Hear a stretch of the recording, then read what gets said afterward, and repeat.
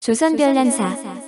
상복을 몇 년 입어야 하는 문제로 박 터지게 싸웠던 예속 논쟁. 예속 논쟁이란 효종이 죽고 현종이 즉위한 직후 효종의 의붓 모후인 장렬왕후가 행해야 했던 상리격식을 두고 서인과 남인 간에 여러 차례 격렬하게 벌어졌던 학술적, 정치적, 사회적 논의를 말합니다. 장렬왕후는 효종의 친모인 인열왕후가 사망한 후 새로 들어온 왕비로 예법상 효종의 어머니가 맞지만 14세라는 너무 어린 나이에 결혼해서 아들인 효종과 며느리인 인선왕후보다 5살이나 어렸습니다. 1659년에 1차 기해예송은 효종 사망 후 모후인 장렬왕후가 입어야 하는 상복의 규례를 두고 일어났고 1674년에 2차 갑인예송은 장렬왕후가 며느리 인선왕후에 대해 상복을 몇 년 입어야 하느냐로 벌인 논쟁입니다. 현대인들에게는 쓸데없는 논쟁으로 보이지만 유교가 정치, 사회, 생활의 기준이 된 조선시대에는 가장 중요한 문제였습니다.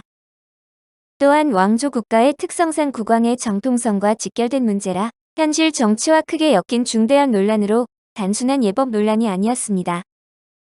이 논쟁은 당시 성리학을 기반으로 한 전제왕조 조선에서 왕의 정통성이 걸린 중대한 논쟁이었고 이후 한국과 연결되어 조선 정치사의 중요한 분기점이 되었습니다. 1차 예송 논쟁, 기해예송. 1659년 5월 효종이 승하한 후 인조의 계비인 장렬왕후가 효종을 위해 입어야 할 상복을 결정해야 하는 상황에서 모두가 머뭇거릴 수밖에 없는 문제가 있었습니다. 이미 어머니가 큰아들 소현세자 장례를 마쳐 종법상 모후인 장렬왕후가 효종을 차자로 보고 1년짜리 상복인 기년복을 입어야 하는가, 장자로 보고 3년짜리 참최복을 입어야 하는가가 문제된 것입니다. 국조 올해에는 효종의 경우처럼 차적자가 승계한 경우 모후가 어떻게 상복을 입어야 한다는 규정이 없었고 경국대전의 규정도 애매한 부분이 있었습니다. 그래서 영의정 정태화는 많은 예학자들에게 의견 조회를 한 결과 장자이든 차자이든 1년이란 경국대전의 예를 따르려 했지만 윤희는 효종이 장남은 아니지만 인조의 적토무계자라 참최복이 맞다고 이의를 제기했습니다. 이외에도 다양한 신하들이 다양한 의견을 냈는데 이시백이 고심하다 정태화에게 서찰을 보내고 정태화는 송시열에게 물어봤는데 이때 송시열이 사종지설을 꺼내들었습니다. 사종지설은 3년복을 입을 수 없는 경우를 4가지로 설명했는데 맏아들이지만 자손을 얻지 못한 경우, 적통인데 아들이 아닌 자손이 계승한 경우, 적장자가 아닌 아들이 계승한 경우, 적통도 아니고 아들도 아닌 경우입니다. 이에 따르면 효종은 맏아들이 아니므로 장렬왕후는 기년복을 입어야 한다는 뜻으로 해석될 수 있는데 영의정 정태화는 이런 주장의 위험함을 직감하고 깜짝 놀랍니다. 소현세자의 아들인 이석견이 살아있어 그 말은 곤란하니 국조일의 아버지가 아들의 상에는 보통 기년복을 입었으니 그냥 관습대로 따르자고 하고 송시열도 대명률의 복지 조항에도 그렇게 되어 있어 따르자고 합니다. 여기까지는 큰 문제가 없었으나 1년 뒤인 현종 1년인 1660년 3월 21일 허목이 참최복을 주장하면서 논쟁이 시작되었는데 송준길이 반박했지만 허목은 다시 상소를 올려 반론을 했고 서인은 크게 동요했습니다. 서인 중에서도 한당에 속하는 원두표 같은 사람들은 아예 허목을 지지하면서 이전의 논의에서 큰 실수를 했다고 인정하기까지 했습니다. 이때 송시열이 다시 상소로 효종이 장자가 아니니 1년만 상복을 입어도 된다고 주장했는데 이는 자칫 현종의 정통성을 부정하는 결과가 나오는 것이었습니다. 이에 서인들은 경국대전과 대명률에는 장남이든 차남이든 다 기년복을 입게 했으니 기년복을 입자고 했고 이때만 해도 상황은 잘 무마되는 듯 보였습니다. 하지만 윤선도가 제대로 불을 지폈는데 그러면 효종이 서자이고 소현세자의 아들이 진짜 종통으로 망실이 둘로 쪼개지느냐는 내용의 상소를 올려 조정이 발칵 뒤집혔습니다. 이 상소문 탓에 송시열이 역적이 아니라면 윤선도가 역적이 되는 상황에 이르렀고 서인들은 윤선도가 송시열을 역적죄로 모함했다 주장하며 윤선도의 처벌을 강력하게 요구했습니다. 이에 남인들도 가만히 있지 않고 서인들의 윤선도 처벌 요구에 반발했으며 송시열의 강경한 태도에 동의하지 않던 일부 서인들까지 윤선도의 주장에 동조하는 등 조선 전체가 예송이라는 주제에 들끓었습니다. 마침내 현종은 윤선도를 귀양 보내고 정태화를 비롯한 서인 다수의 견해를 받아들여 주자가례를 근거로 일련서를 채택합니다. 권력적인 구도에서 보면 인조반정 이후 성립된 서인, 남인 공존체제가 송시열이라는 산당의 영수 등장과 함께 깨질 조짐을 보인 사건이라 볼 수 있고 환국정치의 예고편으로도 볼 수 있습니다. 인조 반정 이후 30여 년간 조선의 정치 구도는 여당인 서인과 야당인 남인으로 분류되지만 서인이 공서와 청서, 한당과 산당 등의 계파로 갈라져 대립해 남인은 그 사이에서 캐스팅 보트를 줄 수 있었습니다. 그러나 시간이 지날수록 남인의 입지는 관제 야당 수준으로 전락했으며 산당의 송시열이 전면에 나서면서 서인의 계파 갈등을 산당을 중심으로 봉합하자 남인들을 자극한 것입니다. 그 중에서도 남인 중 강경 세력인 윤유, 허목이 중심이 된 청남이 서인을 똘똘 뭉치게 만든 송시열을 끌어내리기 위해 논쟁을 이끈 것이었습니다. 인조반정을 이끈 공서파들이 인조정권의 정통성을 보완하기 위한 책략으로 당시 명망 높던 오리, 이원익에게 영상직을 주는 등 일부 남인들을 포용하는 정책을 시행했습니다. 그러나 청과의 전쟁에서 청에 굴복한 공서파들에 대해 지방에서 원리원칙을 교육받고 올라온 서인들이 비판을 가하면서 분화되었는데 인조 때까지는 공서파들이 정권을 잡았지만 소수였기 때문에 사라져버렸습니다.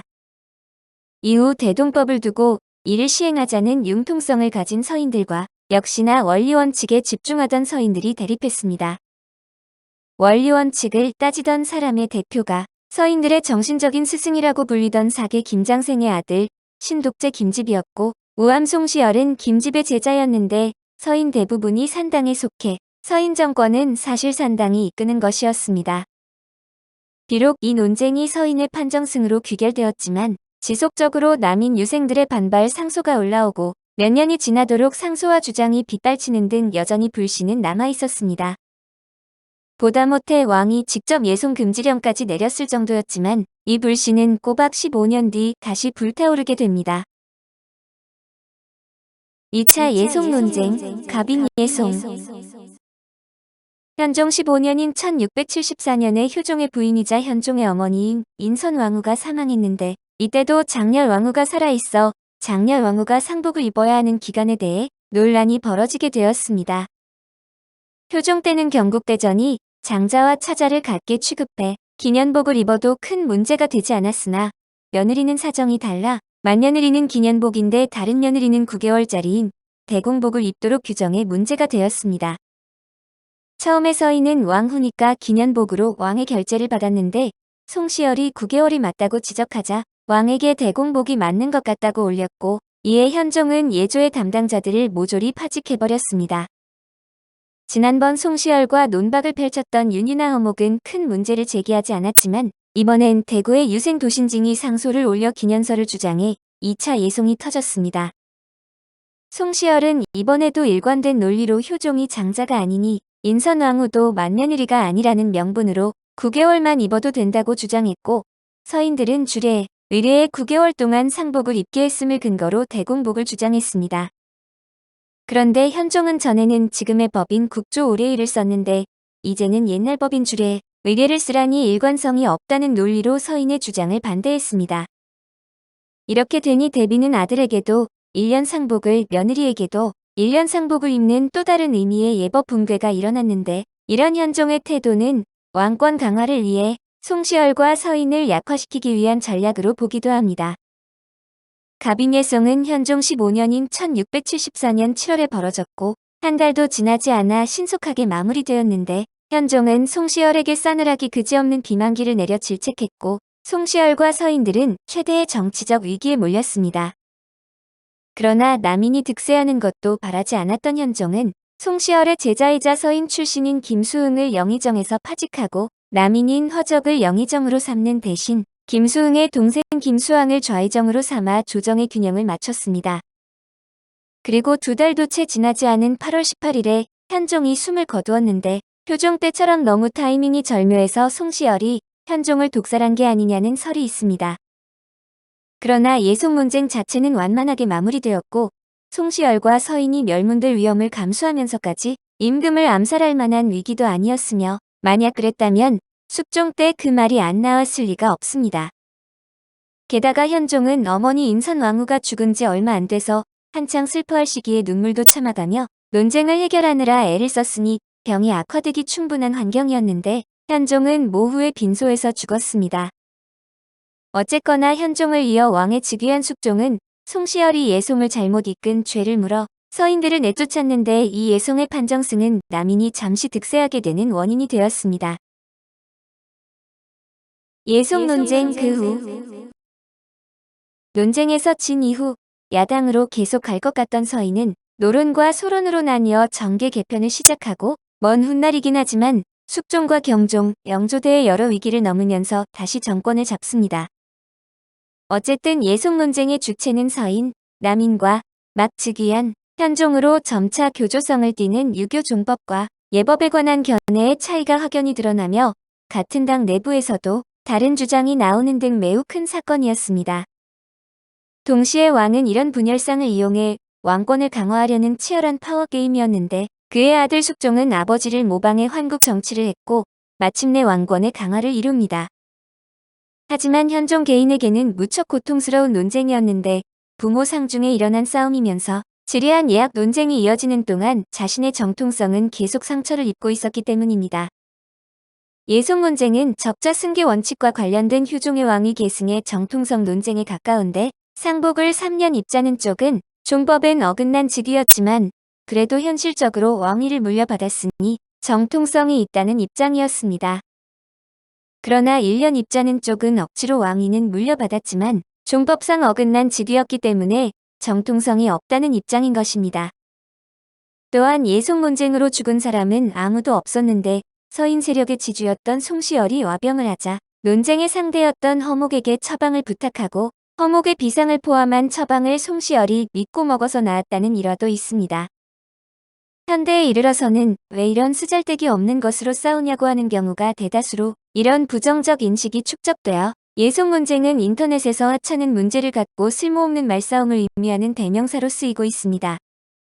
심지어 언론에서까지 정치권의 시시콜콜해 보이는 수싸움을 현대판 예송 논쟁이란 말로 비하하기도 하는데 조선 후기를 뒤흔든 최대의 논쟁이지만 이를 소재로 한 창작물은 거의 없습니다. 오늘 조선 변란사는 상복을 몇 년 입어야 하는 문제로 박터지게 싸웠던 예송 논쟁이었습니다.